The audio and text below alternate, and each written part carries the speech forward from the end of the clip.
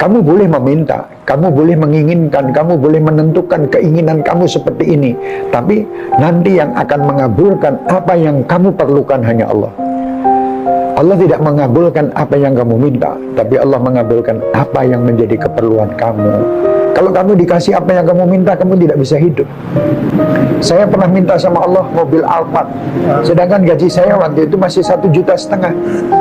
Saya bagaimana bayar pajak Alphard? Parkirnya aja sudah tidak bisa bayar. Sama Allah dikasih sepeda motor dulu supaya parkir Rp1.000. Jadi Allah itu tidak pernah membebani hambanya. La yukallifullahu nafsan illa wus'aha. Jadi kamu minta Alphard boleh, saya simpan dulu. Kamu sekarang belum mampu. Nanti kalau kamu sudah gajinya 1 bulan 50 juta, saya kasih Alphard. Pasti dikabulkan sama Allah doa orang itu. Cuman kadang ditunda.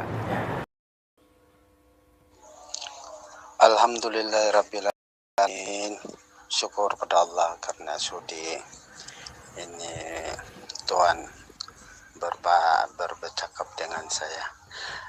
Nama saya Gabir bin Ali Basah. Sebenarnya saya berasal daripada Sabah, suku kaum Suluk.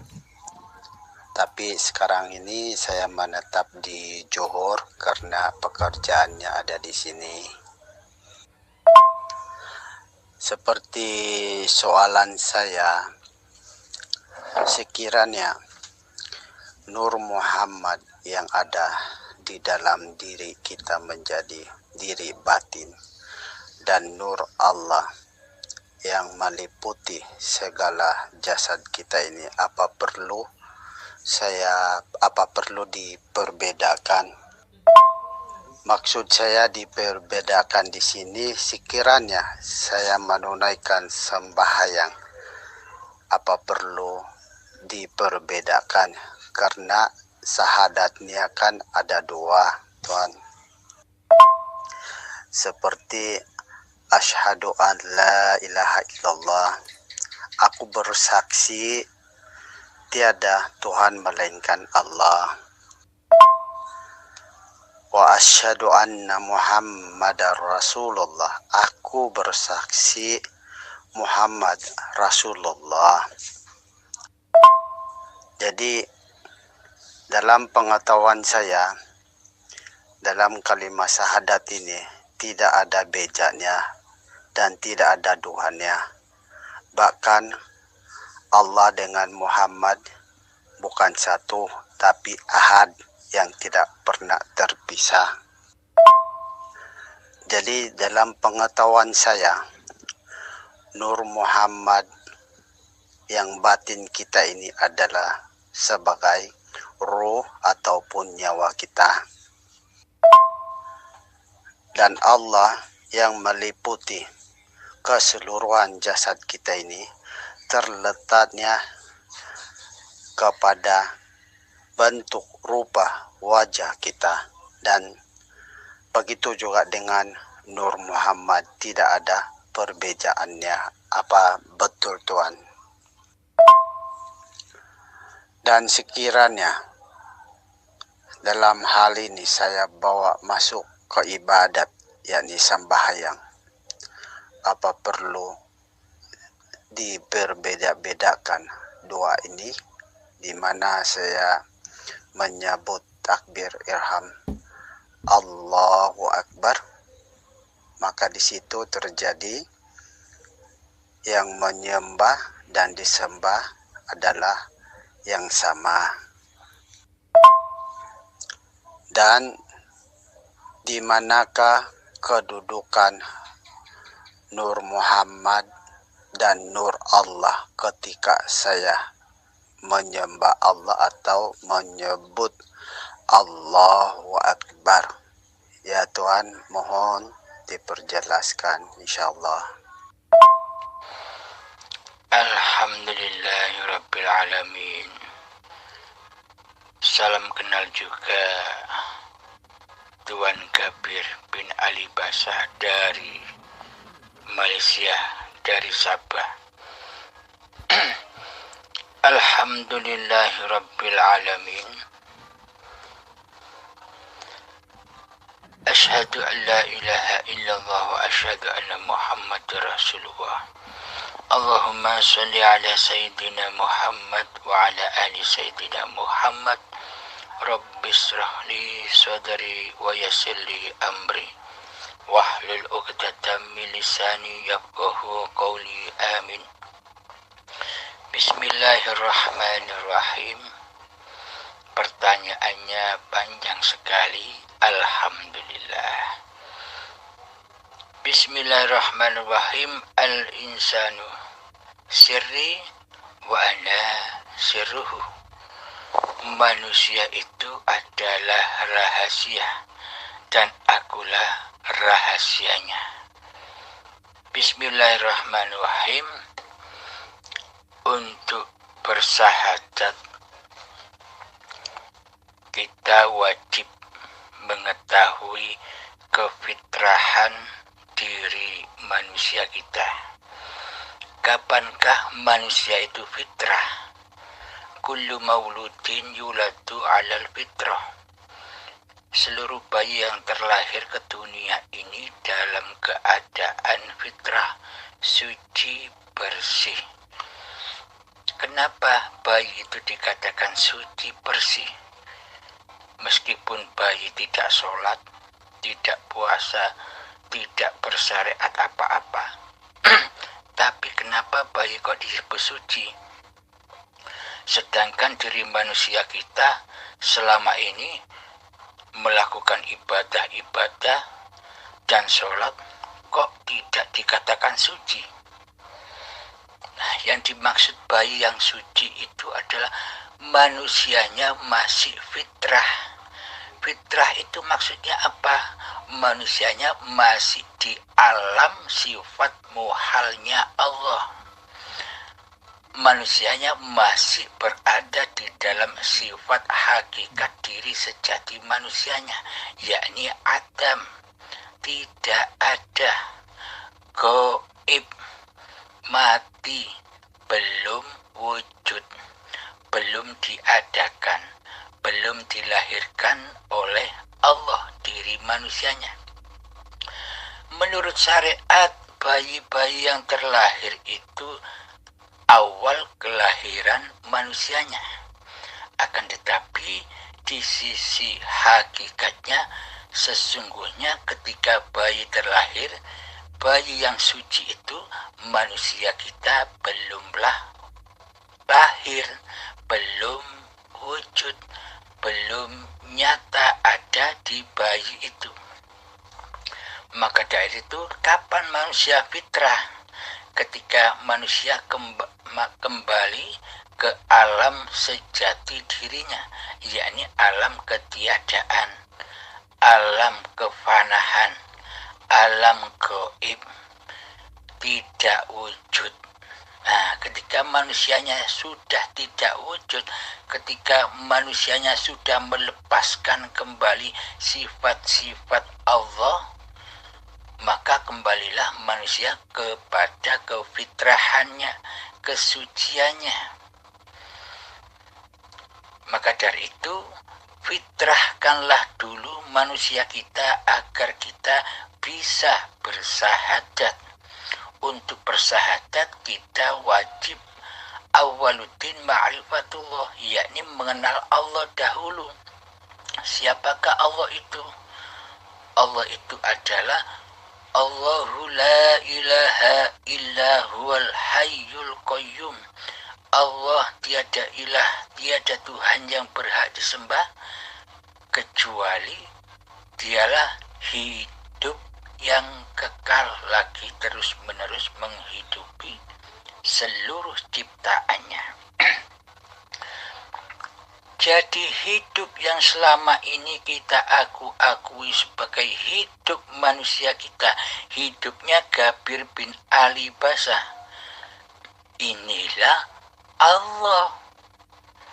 Karena selama ini saudara Gabir bin Ali Basah masih mengaku-ngakui bahwa hidup ini hidupnya Gabir bin Ali Basah, masih merasa bahwa ini hidupnya, maka selamanya kita akan bisa mengenal dan mengabdi kepada Allah. Karena hatinya masih belum fitrah, hatinya masih belum bersih, hatinya masih belum suci dari kewujudan Tuan Gabir bin Ali Basah. Jadi pada intinya, bila Tuan Gabir bin Ali Basah mengabdi kepada Allah, menyembah kepada Allah, maka fitrahkanlah dulu, kembalilah ke alam asalnya, yakni alam ketiadaan, kebalikannya sifat Tuhannya. Selama ini kan sifat Allah sudah kita akui sebagai sifat diri kita. Maka dari itu selama ini kita tidak sadar bahwa selama ini kitalah yang jadi Allah. Kita tidak menyadarinya karena kita tidak mengenal Allah. Karena selama ini kita tidak beragama di sisi Allah. Beragama kita selama ini hanya beragama di sisi manusia, yakni Islam. Jadi agama di sisi Allah itu bukan sesebutan Islam, Nasrani, Yahudi, Majusi. Bukan itu agama di sisi Allah. Agama yang dimaksud Allah itu awaluddin ma'rifatullah. Awal sebuah agama yang disebut agama di sisi Allah itu adalah mengenal Allah, tahu Allah, berjumpa Allah. Maka dari itu yang dimaksud agama di sisi Allah itu yakni bisa menyaksikan Allah dan Muhammad Rasulullah. Jadi siapakah Allah itu? Allah itu adalah hidup yang selama ini kita akui sebagai hidup manusia kita. Maka dari itu fitrahkanlah dulu manusia kita agar bisa bersyahadat menyaksikan Allah dan Muhammad Rasulullah. Jadi siapakah Muhammad Rasulullah itu? Di kalangan mayoritas saudara-saudara kita yang masih duduk di syariat menyangkal bagaimana mungkin di dunia ini bisa menyaksikan Allah, apalagi menyaksikan Muhammad bin Abdullah, Kanjeng Nabi Muhammad bin Abdullah yang sudah wafat 14 abad yang lalu. Kan tidak mungkin. Ini bagi saudara-saudara kita yang masih duduk manis di dalam syariat saja. Namun bila kita sudah mengenal Allah, maka pasti mengenal Muhammad Rasulullah. Bila hati kita sudah kita fitrahkan kembali dari kewujudan diri manusia kita, dari kehidupan diri manusia kita, dari kekuasaan diri manusia kita, maka pasti hidup ini kembali fitrah bernama Allah. Jadi tetapkan di dalam hati kita bahwa hidupnya Tuan Gabir bin Ali Basah itu sudah tiada, sudah fana, sudah gaib. Yang ada hanya hidupnya Allah, yang ada hanya hayatullah. Selalu nyatakan di dalam hati kita, selalu wujudkan di dalam hati kita bahwa hidup ini Allah, sebagaimana selama ini Anda mewujudkan kehidupan Gabir bin Ali Basahnya. Kemudian goibkanlah Gabir bin Ali Basahnya, tiadakanlah Tuan Gabir bin Ali Basahnya di hati. Seperti selama ini kita menggoibkan dan mentiadakan Allah selama ini. Jadi dibalik, dulu Allahnya gaib, tak ada di hati, kehudurannya di hati, bahwa dulu Mas yang hadir hanya yang wujud Tuan Gabir bin Ali Basah sebagai penguasa, sebagai Tuhan yang mentuhani hidup dan badan ini. Kemudian tetapkan kembali, fitrahkan kembali Gabir bin Ali Basahnya, tiadakan, fanahkan kembali kepada sifat-sifat muhalnya Allah, kembali kepada sifat kebalikan Tuhannya, bahwa badan ini adalah rahasia Tuhan. Maksudnya bagaimana? Bahwa hidup inilah Allah yang mengutus, yang mencipta, yang membuat, yang memperjalankan badan-badan ini sejak dari tanah hingga menjadi bayi, hingga setua ini. Maka dari itu, aplikasi di dalam sholat ketika kita berniat usolli fardhu subhi raka'ataini mustaqbilal kiblati adaan lillahi ta'ala, lillahnya. Jadi sebelum niat itu sudah bahwa kita diutus sholat oleh hidup, bahwa badan ini diutus sholat oleh hidup. Ketika Allahu Akbar, nyatakan di dalam hati bahwa Allah lah yang memahabesarkan diri zatnya sendiri. Bila tak ada hidup, apakah ada kalam Allahu Akbar? Siapakah yang memahabesarkan Allah? Di dalam kalimat Allahu Akbar, di dalam takbiratul ihram, takbir yang suci. Nah, di situ Allah lah yang memahabesarkan dirinya sendiri. Jadi saksikanlah bahwa hiduplah yang mengangkat tangan, bahwa hiduplah yang memberdirikan badan, bahwa hiduplah yang mematikan, yang mensedekapkan badan, tangan, bahwa hiduplah yang merukuk sujudkan badan.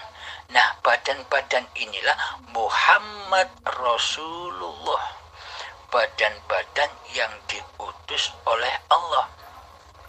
Dalam babakan syariat yang dinamakan Muhammad itu nisbatnya merujuk kepada badan zahir Kanjeng Nabi Muhammad yang sudah meninggal, yang sudah wafat 14 abad tahun yang lalu. Maka dari itu di dalam hakikatnya yang disebut hamba kan bukan Kanjeng Nabi Muhammad saja. Seluruh badan-badan manusia inilah hamba Allah.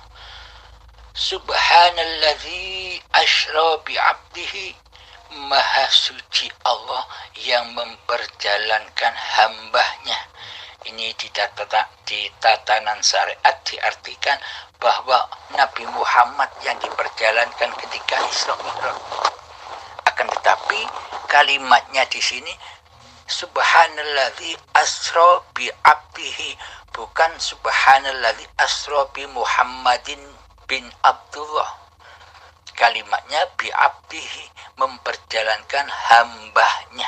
Berarti hamba Allah itu seluruh badan-badan ciptaan Allah inilah Muhammad Rasulullah, Muhammad yang diutus Allah, diutus sholat, diutus ibadah, diutus kerja, diutus memasak di dapur, diutus makan, diutus minum, semuanya tanpa utusan dari hidup, maka badan-badan ini tak akan bisa berjalan sendiri.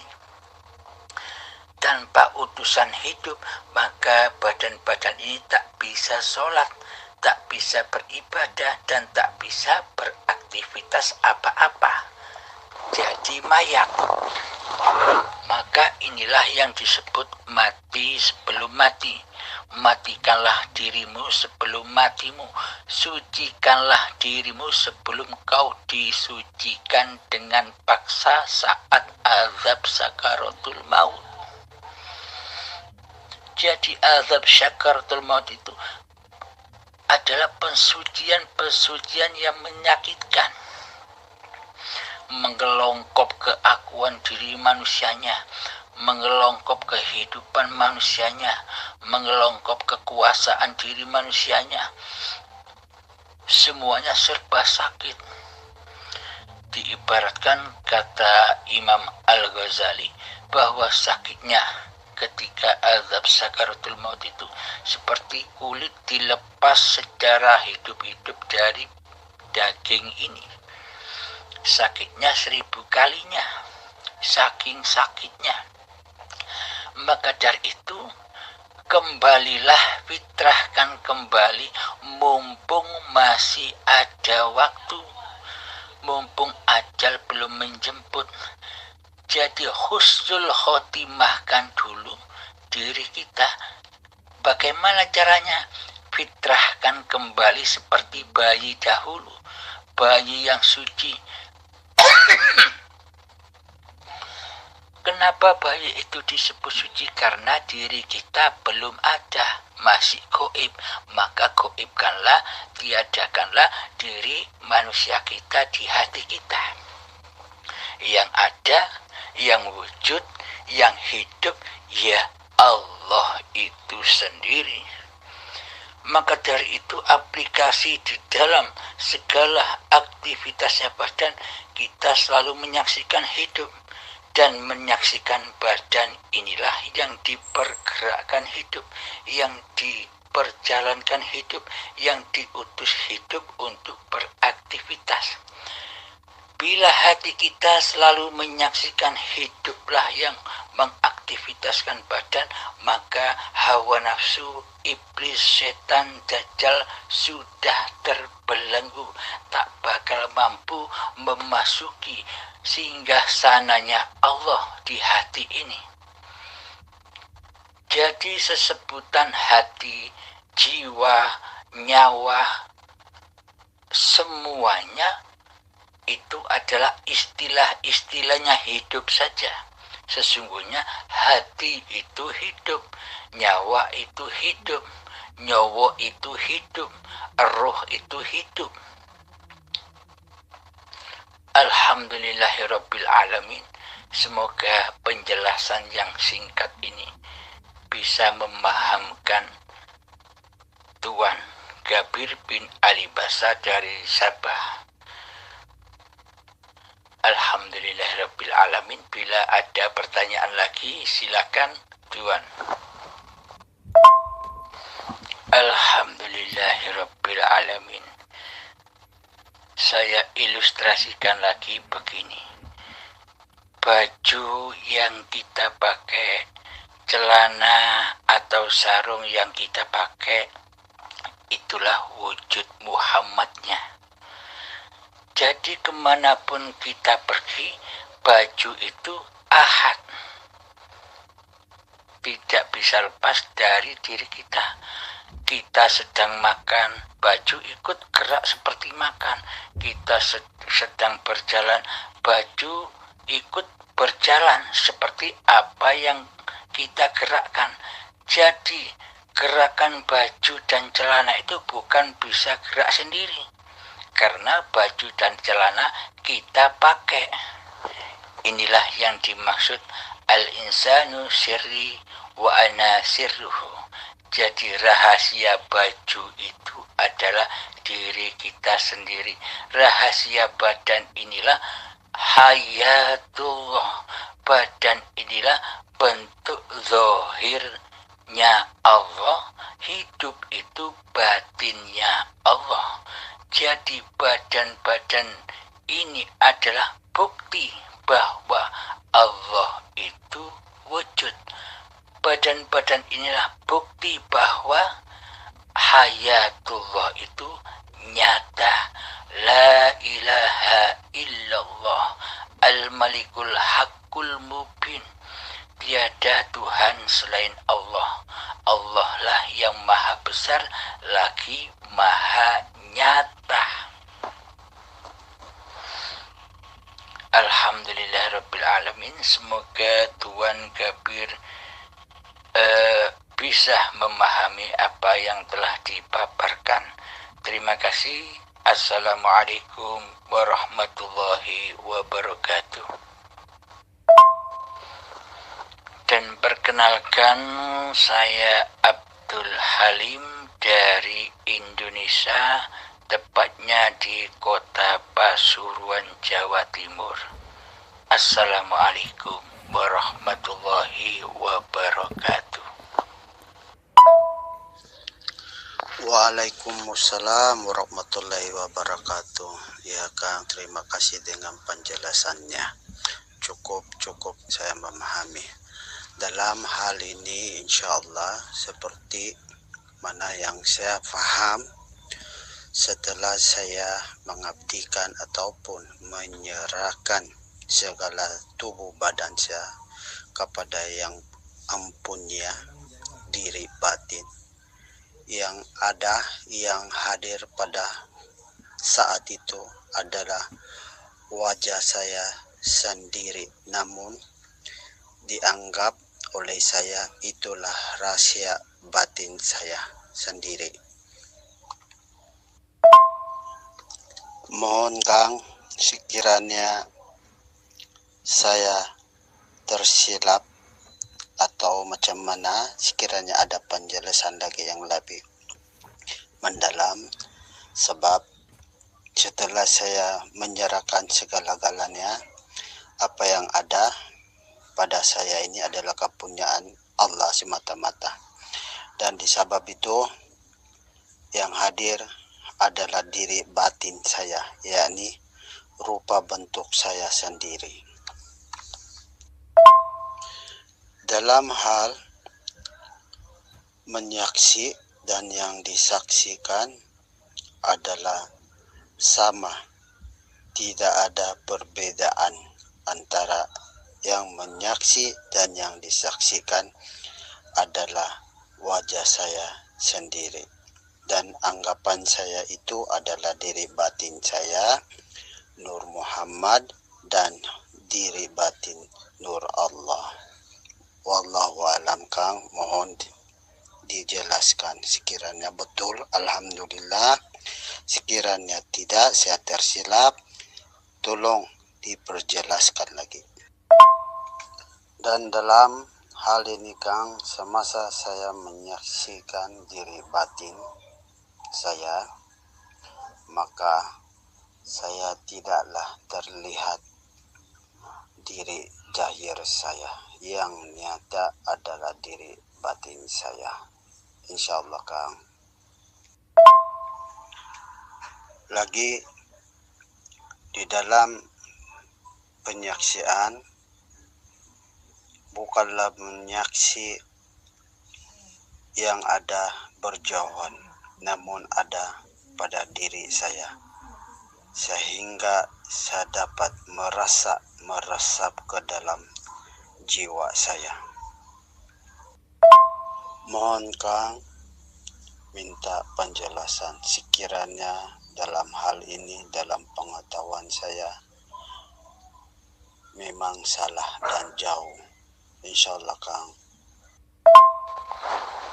Alhamdulillahirabbil alamin. Saya tidak membenarkan dan tidak menyalahkan. Mohon diresapi ini. Jika yang ada, yang wujud di hati kita masih sayanya hamba, sayanya Tuan Kabir, ini salah. Karena Tuan Kabirnya masih ada, masih wujud, maka Allah pasti gaib. Allah tiada. Ini belum fitrah. Maka fitrahkan dulu, hancur leburkan, fanahkan, tiadakan, dan gaibkanlah sayanya hamba. Ketika sayanya hamba, akunya hamba sudah hancur lebur, maka nyatalah akunya Allah yang sudah tercantum di Al-Quran. Innani anallah, sesungguhnya aku ini Allah. La ilaha illa ana, tiada Tuhan selain aku. Ini kata Allah. Jadi ketika hati sudah aku hambanya sudah hancur lebur, maka yang ada akunya Allah. Simpan di hati rapat-rapat, jangan sampai diungkap di luar hati. Karena bila diungkap di luar hati, maka akan menjadi fitnah, salah. Karena bukan tempatnya. Apalagi disampaikan kepada orang-orang yang belum sampai makomnya, maka akan menjadi fitnah. Seakan-akan Anda mengaku-ngaku diri menjadi Allah. Padahal bagaimana mungkin orang yang sudah duduk di hakikat makrifat ngaku-ngaku jadi Allah? Bagaimana mungkin? Sementara manusianya, aku hambanya sudah hancur lebur, tenggelam di dalam aku hayatullah. Namun sebenarnya selama ini yang ngaku jadi Allah itu bukan ahli hakikat dan makrifat, akan tetapi merekalah yang belum mengenal Allah, itulah yang sebenarnya ngaku-ngaku jadi Allah di hatinya, tapi tidak terasa, tapi tidak disadarinya. Selama ini coba hidup yang ada di dalam diri kita selama ini hidupnya siapa? Kan hidupnya hamba, hidupnya manusia. Padahal hidup itu Allah. Lah inilah selama ini ketika kita belum mengenal Allah, kitalah yang jadi Allah. Tidak terasa. Karena selama ini kita tidak mau mengenal Allah. Kita tidak mau beragama dan bertuhan di sisi Allah. Kita hanya beragama dan bertuhan di sisi manusia.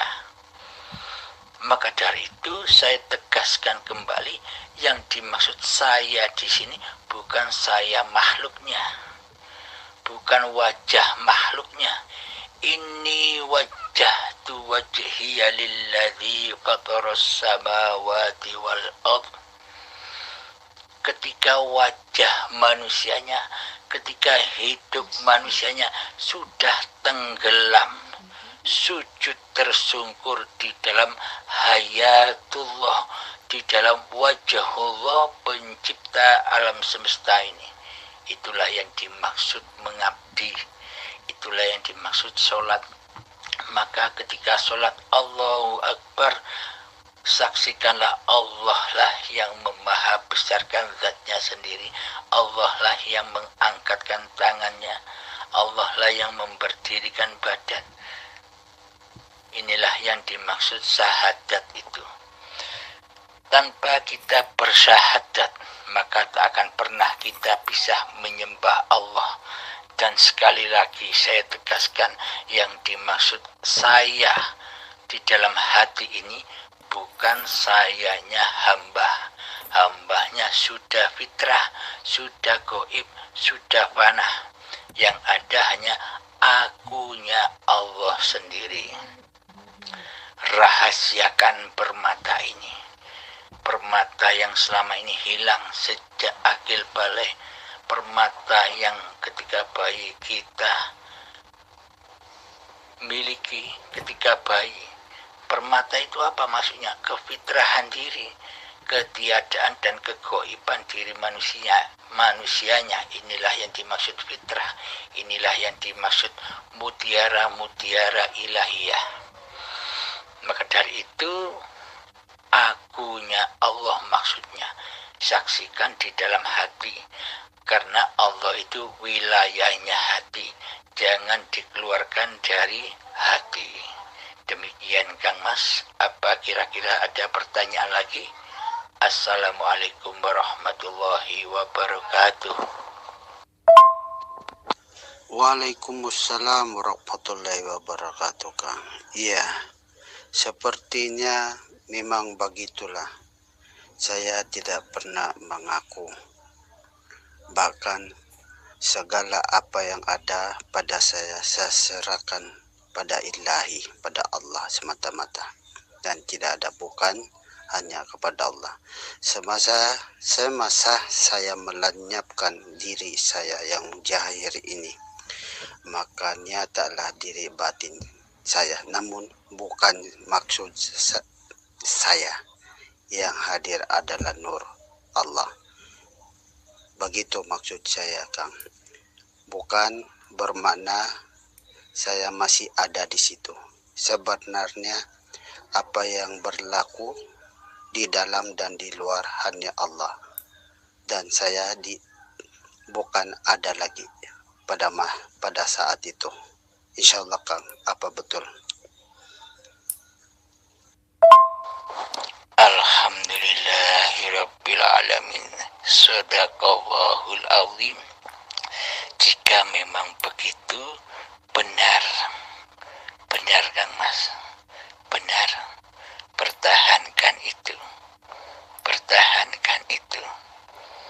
Terima kasih Kang Mas. Syukur.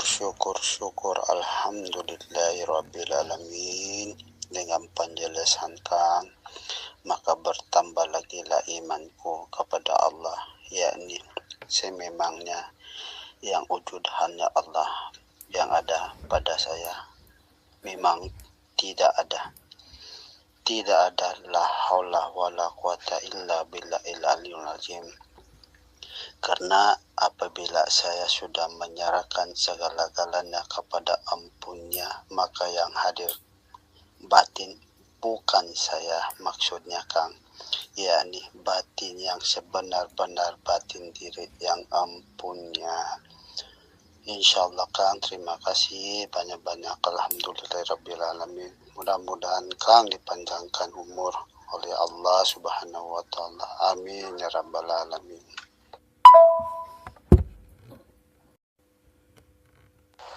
Alhamdulillahirabbil alamin. Terima kasih sama-sama Kang Mas Gabir bin Ali Basah dari Sabah, Malaysia. Semoga kita semua menjadi sahabat fisabilillah, bersama-sama menuju kebahagiaan dunia dan akhirat.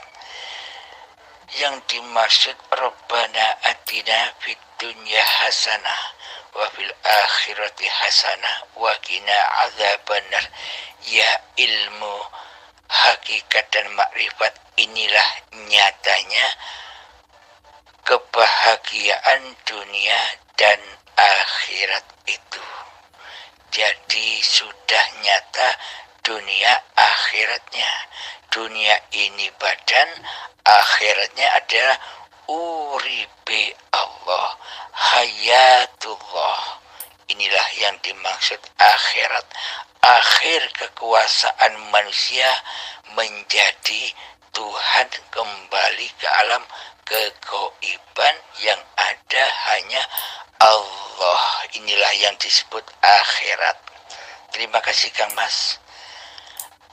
Akhirul kalam.